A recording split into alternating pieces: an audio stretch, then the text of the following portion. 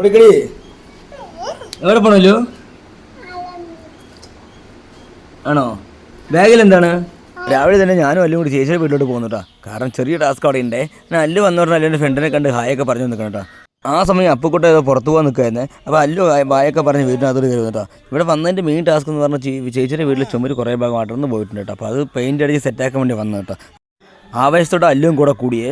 അങ്ങനെ ഈ ഭാഗങ്ങളൊക്കെയാണ് പൊളിഞ്ഞ് നിൽക്കുന്നുണ്ടോ. ഈ സാധനം വെള്ളത്തിൻ്റെ കുഴപ്പം കൊണ്ട് അല്ലെങ്കിൽ തേച്ചതിൻ്റെ മിസ്റ്റേക്ക് കൊണ്ടോ അല്ലെങ്കിൽ കാലാവസ്ഥ പ്രശ്നങ്ങൾ കൊണ്ട് അങ്ങനെ അടന്ന് വരുന്ന സംഭവമാണ്. അങ്ങനെ കുഞ്ഞൂസ് പൊളിച്ചടക്കി തരുന്ന കുറച്ച് ഭാഗങ്ങൾ അടന്ന് പോയ ഭാഗം അല്ലെങ്കിൽ പൊള്ളി ഭാഗത്തൊക്കെ അടക്കി തന്നിട്ടാണ്. അങ്ങനെ ഞാനെല്ലാം ബ്ലേഡ് കൊണ്ട് ചുരണ്ടി കളഞ്ഞ് പിന്നെ അതിനകത്ത് ആവശ്യമായ പുട്ടി തേച്ച് കൊടുത്തു. കാരണം ഈ ഗ്യാപ്പൊക്കെ അടയ്ക്കാൻ വേണ്ടി പുട്ടി മിക്സ് ചെയ്ത് തേച്ചിട്ടുണ്ടായിരുന്നു കേട്ടോ. ഏതാണ്ട് 1:30 ചേച്ചി ഫുഡ് കഴിക്കാൻ ഫുഡ് കഴിക്കാൻ വേണ്ടി സോയാബീൻ വറുത്തതും അതുപോലെ തന്നെ കൊണ്ടാട്ടവും മുളക് വറുത്തതും മോര് കറിയും അങ്ങനെ ഗംഭീര ഫുഡായിരുന്നു കേട്ടോ. ആഹാരത്തിന് മുന്നിൽ എനിക്ക് ഒപ്പിക്കാൻ പറ്റൊന്നും കണ്ടുവിട്ടാ. ഈ സമയം കുഞ്ഞൂസും അല്ലൂസും ഭയങ്കര സ്നേഹപ്രകടനമായിരുന്നേ. ഞങ്ങളൊന്നും വകവയ്ക്കാതെ വേഗം ഫുഡ് കഴിച്ചു കേട്ടോ. കാരണം ഫുഡ് കഴിച്ചിട്ട് വേണം ബാക്കിയുള്ള പണികൾ തീർക്കാൻ വേണ്ടിയിട്ട്. ആഹാരം കഴിഞ്ഞ് കുറച്ച് റെസ്റ്റൊക്കെ ശേഷം ഞാൻ വീണ്ടും പണി തുടങ്ങി. ആശാന്മാരായ ജോബി ചേട്ടനും കുഞ്ചപ്പനും മനസ്സിൽ ധ്യാനിച്ച് ബ്രഷ് എടുത്ത് ഒരേ അടി കേട്ടോ.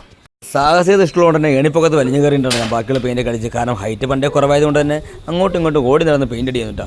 ഏതാണ്ട് ഒരു വൈകുന്നേരം ആകുമ്പോഴത്തേക്ക് ഒരു റൂം മൊത്തം കംപ്ലീറ്റ് ചെയ്തേ. ഇപ്പോൾ സാധാരണ കണ്ടുവരാറുള്ളതാണ്. പുതിയ വീടാണെങ്കിൽ പോലും 1-2 വർഷം കഴിയുമ്പോഴത്തേക്കും പെയിൻ്റൊക്കെ അടന്ന് പൊങ്ങി വരാറുണ്ട്, പൊള്ളി വരാറുണ്ട്. അതിൻ്റെ കാരണം അറിയെങ്കിൽ തീർച്ചയായിട്ടും നിങ്ങൾ കമൻറ്റ് ചെയ്യണേ.